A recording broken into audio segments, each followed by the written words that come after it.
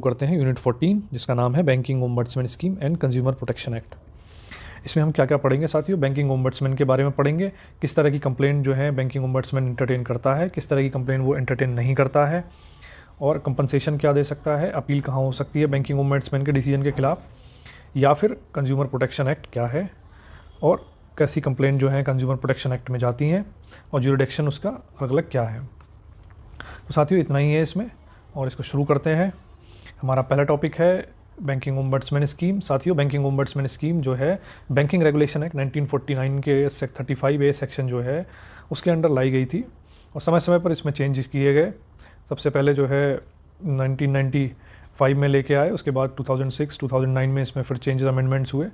तो ये बेसिकली क्या है साथियों, ये एक ऐसा सिस्टम है, ऐसी स्कीम है जो इसलिए लाई गई है ताकि वो कस्टमर्स जो बैंक के सर्विसेज से खुश नहीं है या जिनकी कोई दिक्कतें हैं और जो उस बैंक में सॉल्व नहीं हुई हैं, तो उनके लिए एक प्लेटफॉर्म प्रोवाइड किया गया है। वो अपनी जो कंप्लेंट्स हैं वहाँ कर सकते हैं और टाइमली मैनर में उनको स्पीडी जो है उनका निवारण जो है उनकी शिकायतों का वो वहाँ होता है।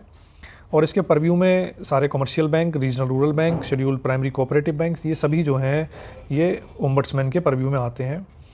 और कई तरह की कंप्लेंट जो है बैंकिंग ओम्बड्समैन रिसीव करता है, जिसमें कि चेक ड्राफ्ट रिलेटेड कंप्लेंट्स हैं, नोट रिसीव करने, डिनोमिनेशन, छोटे डिनोमिनेशन के नोट अगर रिसीव नहीं हो करे जाते हैं, या सिक्कों का जो जमा करने आया है अगर कोई सिक्का कॉइन्स अगर बैंक लेने से मना करता है, टाइमली उनकी सर्विसेज अगर बैंक नहीं देता है, या 4 बजे तक का बैंक का टाइम है, मान लीजिए पब्लिक डीलिंग का जो टाइम है उससे पहले आप काम करने से किसी को मना कर देते हैं, या सेविंग अकाउंट खोलने में मना करते हैं बिना प्रॉपर रीज़न दिए, अकाउंट क्लोज़ करने के लिए मना करते हैं अगर कस्टमर चाहता है तब भी अकाउंट क्लोज़ नहीं करते, या उनकी पेमेंट्स में डिले होता है, एनआरआईज़ जो हैं जिनकी रेमिटेंसेस आ रही हैं उसमें अगर कुछ दिक्कत आती है या डिले होता है, तो इन सभी केसेस में जो है कंप्लेंट बैंक की हो सकती है, ओम्बड्समैन में पर्सन जा सकता है। और भी इसके अलावा भी कई हैं, ATM related, debit card related जो हैं ऑपरेशंस हैं उनकी कंप्लेंट जाती हैं, या फिर कोई चार्जेस लगा दिए हैं जो कि जिसकी इन्फॉर्मेशन कस्टमर को नहीं थी। तो ये सारी चीज़ें हैं साथियों, इनमें इन सभी केसेस में पर्सन जो है ओम्बड्समैन के पास जा सकता है, कस्टमर जो है ओम्बड्समैन के पास शिकायत अपनी कर सकता है। तो उसके साथ ही जो है अपने उसकी फेलियर टू सर्विस या फिर डिले इन सर्विसिंग, इन सभी चीज़ों में शिकायतें जो है ओम्बड्समैन के पास हो सकती हैं।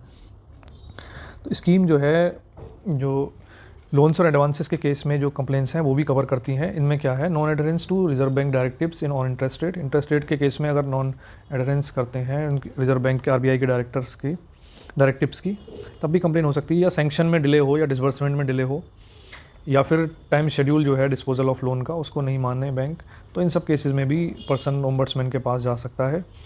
या फिर जो आरबीआई के और जो गवर्नमेंट के डायरेक्शंस हैं टाइम टू टाइम जो आते हैं इंटरेस्ट रेट से संबंधित हैं या और भी जो गाइडलाइंस हैं लोन से संबंधित, अगर उन सब का पालन अगर बैंक नहीं करते हैं और उसकी वजह से कस्टमर को कोई परेशानी होती है तो वो शिकायत लेके अपनी ओम्बड्समैन के पास जा सकते हैं। लेकिन इसमें कुछ स्टिपुलेशंस हैं साथियों, अगर कस्टमर को बैंक के ख़िलाफ़ अगर जानी है, ओम्बड्समैन के पास जानी है, तो उसका पहला क्राइटेरिया तो यही है कि सबसे पहले उसको बैंक में ही शिकायत करनी है, बैंक में ही उस कंप्लेन जो है अप्रोच करना है बैंक को। और अगर 30 दिन तक अगर उसकी जो परेशानी है, जो शिकायत है, उसका निवारण नहीं होता है, वो ख़त्म नहीं की जाती है, बैंक की तरफ से एक्शन नहीं लिया जाता है अप्रोप्रिएट, तब उस केस में वो ओम्बड्समैन के पास जा सकता है। कुछ सर्कमस्टांसेस ऐसे हैं जहाँ पे ओम्बड्समैन जो है वो एंटरटेन नहीं करता है शिकायतों को। वो केसेस क्या हैं जिसमें अगर पर्सन जो है वो बैंक के पास नहीं गया है, डायरेक्टली ओम्बड्समैन के पास आ गया है, तो उस केस में भी ओम्बड्समैन की शिकायतों बात नहीं सुनेगा। या फिर कंप्लेन जो है 1 साल के अंदर नहीं की गई है, मान लीजिए जो रिप्लाई जब आ गया था कस्टमर का, बैंक की तरफ से रिप्लाई आ गया था, कस्टमर उससे सेटिस्फाइड नहीं था, तो उसे 1 साल के अंदर कंप्लेन करनी होती है। अगर वो 1 साल से लेट कर देता है तब भी जो ओम्बड्समैन है वो उसकी शिकायत को नहीं सुनेगा। और जो सब्जेक्ट मैटर है कंप्लेन का, अगर वो पहले ही डिस्पोज ऑफ हो चुका है किसी डिसीजन में, उसके बारे में डिसीजन ओम्बड्समैन दे चुका है, तो भी फर्दर वो मना कर सकता है सुनवाई करने के। या फिर फ्रिवलस या वेक्सेशियस है, यानी कि जो शिकायत है उसमें कोई दम नहीं है, वो ऐसे ही बेकार में शिकायत की गई है, उसको ज़रूरी नहीं मानता ओम्बड्समैन, तब भी उसको सुनने से मना कर सकता है। या फिर वो जो इंस्टीट्यूशन है वो स्कीम के अंडर कवर ही नहीं होता। मान लीजिए कोई इंस्टीट्यूशन है जिसकी शिकायत की गई है, वो अगर उस स्कीम में ही कवर नहीं होता ओम्बड्समैन स्कीम में, तो ओम्बड्समैन के पास उसकी पावर नहीं है उसको सुनने की। और साथ ही क्या है, साथियों, कुछ जो कोई ऐसे मैटर हैं जो ऊपर हायर कोर्ट्स में या कहीं पेंडिंग है सुनवाई के लिए, तो उस केस में जहाँ पहले से सुनवाई कहीं चल रही है वहाँ पे ओम्बड्समैन सुनवाई नहीं करेगा। कंपनसेशन साथियों, 10 लाख तक का कंपनसेशन जो है वो ओम्बड्समैन की पावर में है, वो दे सकता है।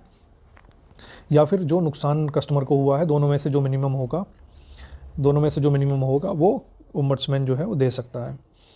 अब क्रेडिट कार्ड और डेबिट कार्ड क्रेडिट कार्ड के केस में जो कंप्लेंट्स आती हैं उनमें मैक्सिमम जो कंपनसेशन है वो 1 लाख का हो सकता है, उससे ज़्यादा का कंपनसेशन नहीं होगा। तो ये एक एग्जांपल दिया हुआ है कोई केस जो बैंकिंग ओम्बड्समैन के सामने आया था। अब ओम्बड्समैन का कोई डिसीजन आ जाता है, कंप्लेन आती है कस्टमर की, उसके बाद ओम्बड्समैन अपना डिसीजन दे देता है उस पर सुनवाई करने के बाद। तो उसके खिलाफ अगर बैंक सेटिस्फाइड नहीं है या वो कस्टमर भी सेटिस्फाइड नहीं है, दोनों में से अगर कोई भी सेटिस्फाइड नहीं है, तो वो अपील कर सकते हैं अपीलेट अथॉरिटी के पास में within 30 days of the receipt of award. तो डिसीजन आने के 30 दिन के अंदर अगर वो चाहें, दोनों में से कोई भी पार्टी अपील कर सकती है। और अपील कहाँ होगी? डिप्टी गवर्नर ऑफ RBI के पास, वो अपीलेट अथॉरिटी हैं इसको सुनने के लिए। अब ओम्बड्समैन तो इतना ही था साथियों। कंज्यूमर प्रोटेक्शन एक्ट देखते हैं। कंज्यूमर प्रोटेक्शन एक्ट जो है जम्मू एंड कश्मीर को छोड़ के पूरे इंडिया में लागू होता है। और ये क्या है साथियों, जहाँ पे इसलिए लाया गया था कि कंज्यूमर्स की जो कंप्लेंट्स हैं उनको स्पीडी मैनर में, टाइमली मैनर में, कम जो है चार्जेस में इसको कंप्लेंट्स को निवारण किया जाए, उनकी कंप्लेंट सुनी जाए, उनको प्रॉपर न्याय मिले, डिसीजन मिले। तो कंप्लेंट कैसे सबमिट करनी होती है इसमें साथियों? एक प्रॉपर आप रिटन फॉर्म में कंप्लेन देनी होती है। कंज्यूमर जो है वो खुद कंप्लेन कर सकता है, उसकी बिहाफ पे लीगल हेयर्स उसके कंप्लेन कर सकते हैं, फैमिली मेम्बर कर सकते हैं, या फिर कोई अगर ज़्यादा बड़ा केस है जिसमें कई लोग इन्वॉल्व हैं तो उसमें गवर्नमेंट या कोई ऑर्गेनाइजेशन भी कंप्लेन कर सकती हैं। अब इनका ज्यूरिडिक्शन देख देते हैं। अलग अलग जो कंज्यूमर फोरम और कमीशन है साथियों, जो डिस्ट्रिक्ट लेवल पे होता है उसको डिस्ट्रिक्ट फोरम कहते हैं, कंज्यूमर फोरम, और जो स्टेट और नेशनल लेवल पे होते हैं वो कमीशंस हैं। तो इनका जो ज्यूरिडिक्शन है 10 लाख तक की, 20 लाख तक की अगर जो कोई केस है जिसमें 20 लाख तक का रुपया इन्वॉल्व है, 20 लाख तक की अमाउंट इन्वॉल्व है, तो उसको जो ज्यूरिडिक्शन है वो डिस्ट्रिक्ट के कंज्यूमर फोरम के पास है। और 20 लाख से 1 करोड़ तक की अगर कोई मैटर है, एक फंड उसमें इन्वॉल्व है, तो वो स्टेट कमीशन जो है उनके पास जाता है। और 1 करोड़ से ऊपर के जो भी केसेस हैं वो नेशनल कमीशन के पास जाते हैं। साथ ही जैसे अगर डिस्ट्रिक्ट जो फोरम है उसका कोई डिसीजन है, उससे अगर कोई पर्सन सेटिस्फाइड नहीं है, तो वो जो अपील करेगा वो भी डिस्ट्रिक्ट के बाद में स्टेट में कर सकता है। और स्टेट जो कमीशन है उसकी अगर डिसीजन से सेटिस्फाई नहीं है तो वो फिर फर्दर जो अपील करेगा वो नेशनल कमीशन में अपील कर सकता है। तो साथियों ये था कंज्यूमर फोरम के बारे में, कंज्यूमर प्रोटेक्शन एक्ट के बारे में। इसमें इतना ही है साथियों। इसी के साथ